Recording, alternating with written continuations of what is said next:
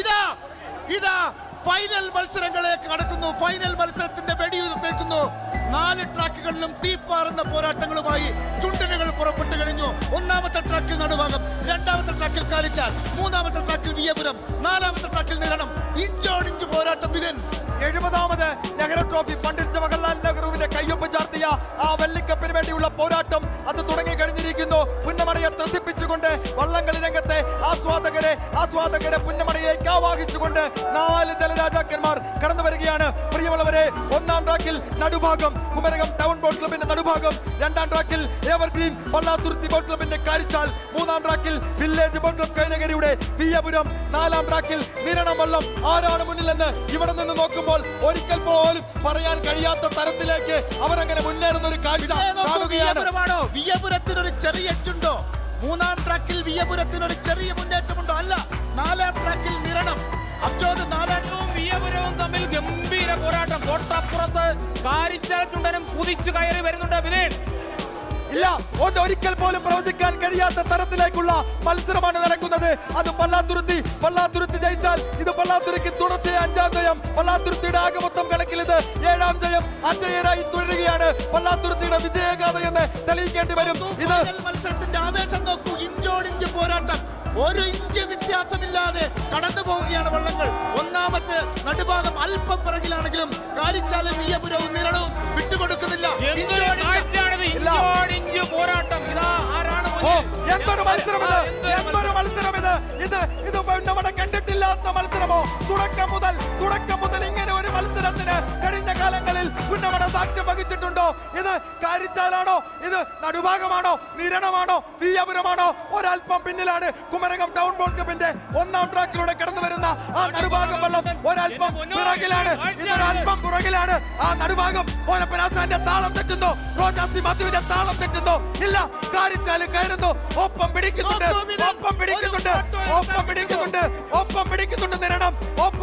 നിരണം. ഇല്ല, വിട്ടുകൊടുക്കാൻ തയ്യാറല്ല വിയ്യപുരം. ബൈജു കുട്ടനാടിന്റെ താളമോ? ബൈജു കുട്ടനാടിന്റെ തന്ത്രമോ? അല്ല, ഇത് മനോജ് പത്തുനങ്ങിന്റെ തന്ത്രമാണ്. മനോജ് പത്തുനങ്ങിൽ 11ാമത്തെ നെഹ്റു ട്രോഫിക്ക് ഇറങ്ങുന്ന വള്ളംകളി രംഗത്തെ ആശാൻ മനോജ് പത്തുനങ്ങിൽ ആ തിറമുറി ഇറങ്ങുമ്പോ ആ തോർത്തൊന്ന് കരക്കി വീശും. ആ ട്രംപറ്റിന്റെ താളം ഒന്ന് ഉറക്കും. അത് വരുൺ ശർമ്മയുടെ കാതിലേക്ക് പതിക്കും. ആ വരുൺ ശർമ്മയുടെ കാതിൽ നിന്നത് ഗണേഷ് കാർത്തികേയന്റെ കാതിലേക്ക് ആവാഹിക്കും. അങ്ങ് 1ാം അമരം നിൽക്കുന്ന പ്രസന്നൻ പങ്കായം ഒന്ന് കുത്തിയെറിയും. വിയ്യപുരത്തെ തെല്ലും വിട്ടുകൊടുക്കാൻ അവർ തയ്യാറായിട്ടില്ല. അരുൺ 1ാം തുട. വിയ്യപുരത്തിന്റെ 1ാം തുട അരുൺ. ബൈജു കുട്ടനാടിന്റെ താളം. അതിനപ്പുറത്ത് സുനിൽ കൈനകരി. വള്ളംകളിയിൽ ഒരു അമരക്കാരനായി വന്ന് താളക്കാരനായി മാറിയ സുനിൽ കൈനകരിയുടെ നിരണം നോക്കൂ. വള്ളം തിറമുറി ഇറങ്ങിയിരിക്കുന്നു. വള്ളംകളിയുടെ ഗതി നിർണയിക്കുന്ന ചെറുമുറി പിന്നിട്ടിരിക്കുന്നു. വള്ളാത്തുരുത്തിയുടെ അല്പം മുന്നിലാണ് മനോജ് പത്തുനെങ്കിൽ. അതാ ആ തോർത്തെടുത്തു. എന്തൊരു ചന്തം ഇത് നോക്കണേ. കടിച്ച് കേറിവാ മക്കളെ എന്ന് വള്ളാത്തുരുത്തിക്ക് ഇരു കരകളിൽ നിന്നും ആളുകൾ ആവേശം കൊടുക്കുകയാണ്. നിരണമാണോ? അല്ല കാരിച്ചാലാണോ? NTBC ഒന്ന് കേറിവാ. നിന്റെ ആരാധകരുടെ നിന്നെ കാത്തിരിക്കുന്നു. ഒന്ന് കേറിവാ. 2004-ലും 2005-ലും 2006-ലും 2007-ലും ഒക്കെ നീ ഇവിടെ പുറകം കൊലിച്ചില്ലേ? ആ തുഴയൊന്ന് താത്തി വലിച്ചില്ലേ? ഇവരകത്തെ ശൈലി കൊണ്ടുവന്നില്ലേ? എത്ര കാലമായടോ? ഇനി ഒന്ന് കയറിവാ. വള്ളാത്തുരുത്തിക്ക് ഒരു വെല്ലുവിളി ഉണ്ടാക്ക്. ഇല്ല, ഇങ്ങനെ കാണുമ്പോൾ അത് മുന്നിലാണെന്ന് തോന്നും. അല്ല, വള്ളാത്തുരുത്തിയാണ്. അല്ല, വിയ്യപുരമാണോ? വള്ളാത്തുരുത്തിയാണോ? വരുൺ ശർമ്മയാണോ? ഗണേഷ് കാർത്തികേയനാണോ? അല്ല, ആരുടെ താളം വിലക്കും? ആരുടെ വിജയത്തിനൊപ്പം നിൽക്കും? ആവേശകരമായി അവസാന ലാപ്പിലേക്ക് എത്തുകയാണ്. എന്തൊരു മത്സരം ഇത്!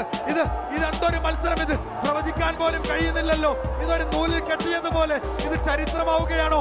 86-ലും 87-ലും ജയിച്ച വിയ്യപുരം ഓക്കണേ. വില്ലേജ് ബോട്ട് ക്ലബ് നിലവിലെ ചാമ്പ്യന്മാർ അവസാന ലാപ്പിലേക്ക് എത്തി. നെഹ്റു പവലിയനിലേക്ക് എത്തി. ആ വെള്ളിക്കപ്പിലേക്ക് എത്തിയിരിക്കുന്നു. നോക്കൂ, ആരാണ് മുന്നിൽ? ജലമേളയിൽ കാരിച്ചാൽ വള്ളം. ഈ പുന്നമട അങ്ങനെ ഒരു മത്സരത്തിന് സാക്ഷ്യം വഹിച്ചിട്ടുണ്ടാവില്ല. ഇത് ചരിത്ര നേട്ടം.